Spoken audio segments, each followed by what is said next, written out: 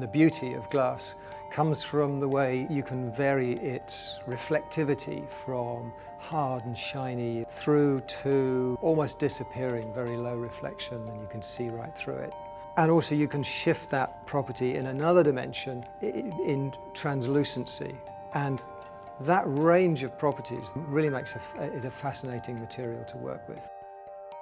My specialism is the use of glass in buildings, from the facades of buildings to glass floors, staircases, other structures. The exciting thing is that there's always something new to do.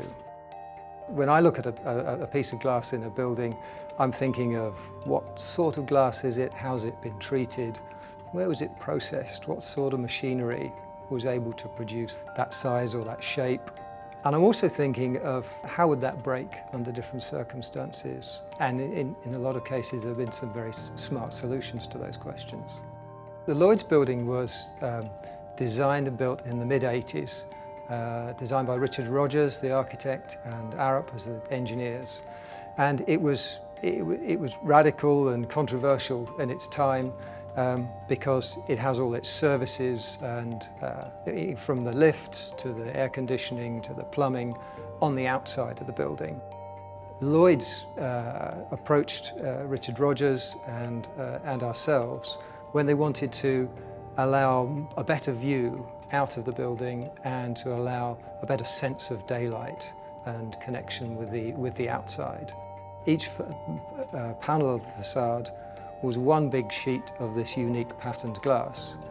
And essentially what we needed to do was take away half of the pattern and make it clear. So the big challenge was how to adapt it sympathetically and to preserve and look after the original materials as much as we could.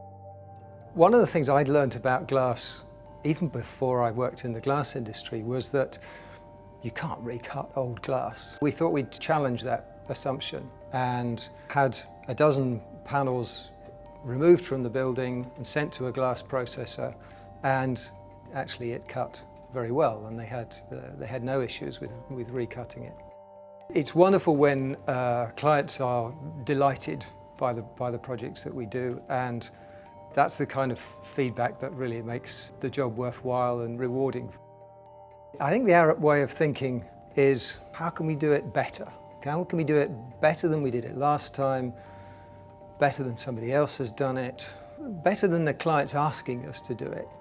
I hope that by being an Arup Fellow, I can inspire engineers and designers to try new things, combine ideas from different fields, imagine better ways of doing things, imagine better solutions, have the nerve, have the bravery, the inspiration to have a go at it, do something new and achieve great things.